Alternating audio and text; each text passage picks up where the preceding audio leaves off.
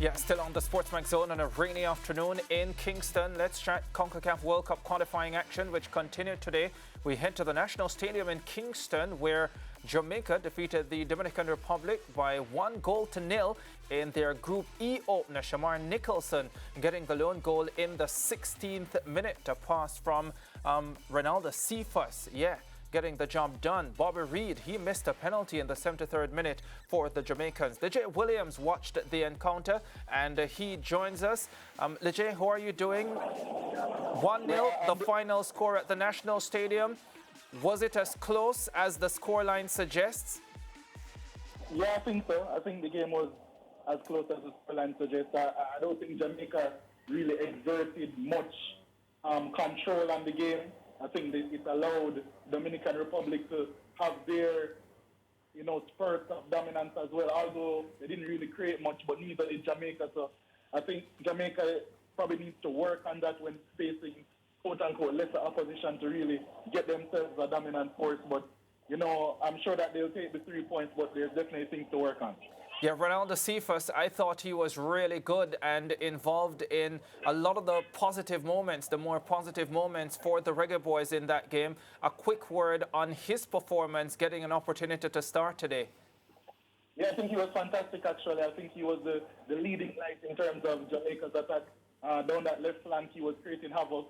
I think that there were some tactical issues with Jamaica, but one thing that they did get right was how they isolated the left wing and allowed Cephas to do what he does best, and that is really to create havoc down a wing against 1v1 versus a defender. So I do think that he had a fantastic game, and he was definitely a positive for Jamaica in this one. The Bobby Reid missed penalty in the 73rd minute?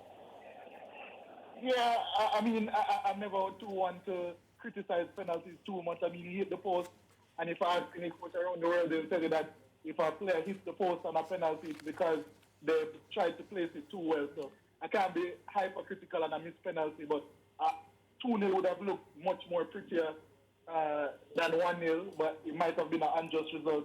I'm sure we'll get into the reasons why on a more detailed breakdown tomorrow.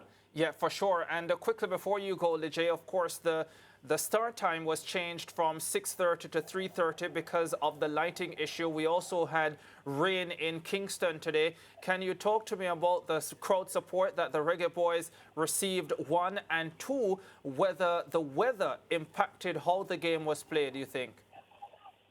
Well, first, to answer your first question, I think it's actually quite ironic that the game was pushed up because of the lights, and then we had inclement weather, so the lights had to be used anyway. But in terms of Jamaica and how the pitch was playing, I don't think it affected it too much. I didn't see too many players slipping around. In terms of the crowd support, I think it was actually a really good crowd. The stadium announcer announced close to 10,000 people at the venue. Obviously, if the game was played later on, we would have seen more people, but I do think that it was a very positive aspect of today for the crowd to visit good. Most of grandstand was sold out, and it was a sizable chunk of play as well in the bleachers. So I do think that the crowd support was good, and it bodes well for future games. Yeah, well, Lejay, we know that you have to get to the press conference and, of course, your one-on-one interviews with some of the top players from today's match. We'll catch up tomorrow, as you pointed out, with a more detailed analysis of what happened today in Kingston. Yeah, Ricardo, no problem. All right, Lejay Williams, they are in-house football analyst. Lance and Mariah, a 1-0 win for Jamaica. Not dominant, not convincing, but when you get into World Cup qualifying, the most important thing is that you get those 3 points. Yeah, I think I'll take that, especially given the situation, all the different storylines leading up into this match, Ricardo. So, as they say, a win is a win, and we're walking away with that. Really happy to see Shamar Nicholson among the goal scorers. I also saw footage or some reports that Leon Bailey was on site, of course, to look at his team. Damian Lowe, the captain today, unfortunate that he picked up a yellow card.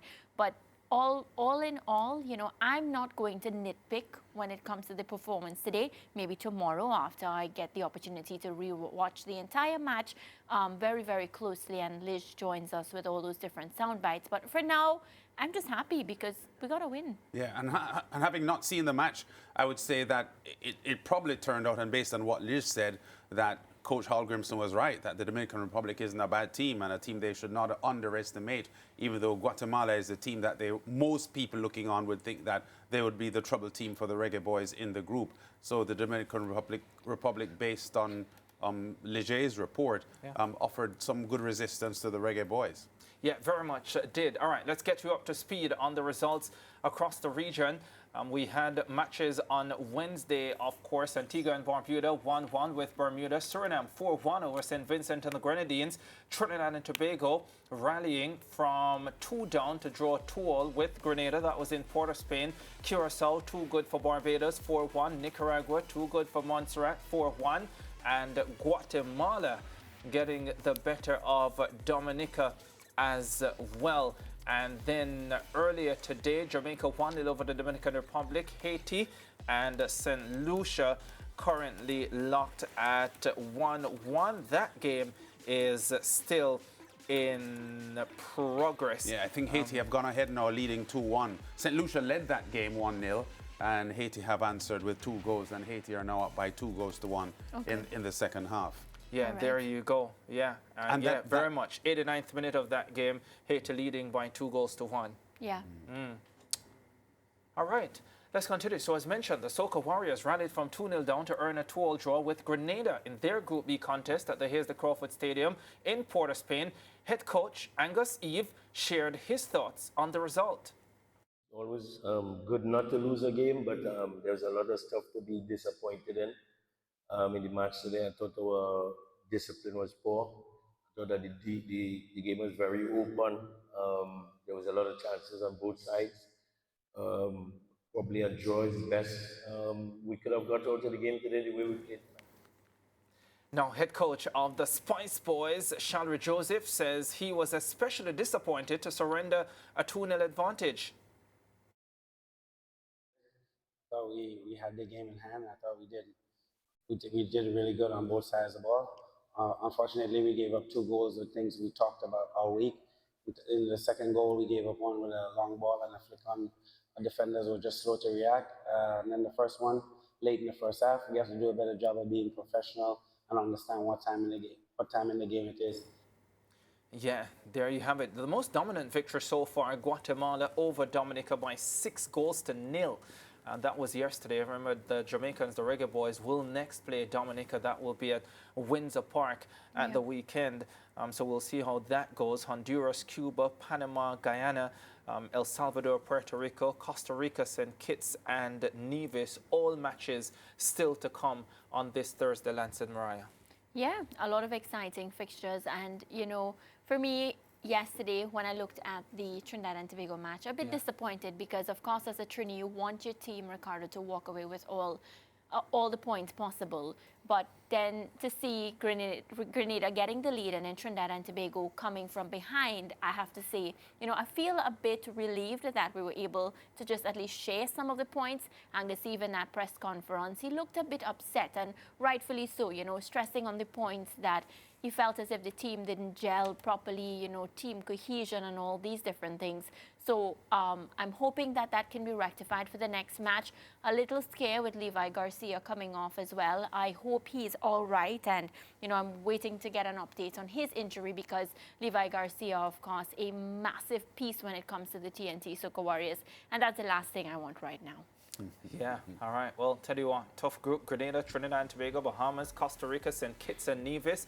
So you can understand why Angus Eve would be disappointed. We're going to take a break, but we'll be back to close out the show with Interactive. Stay with us.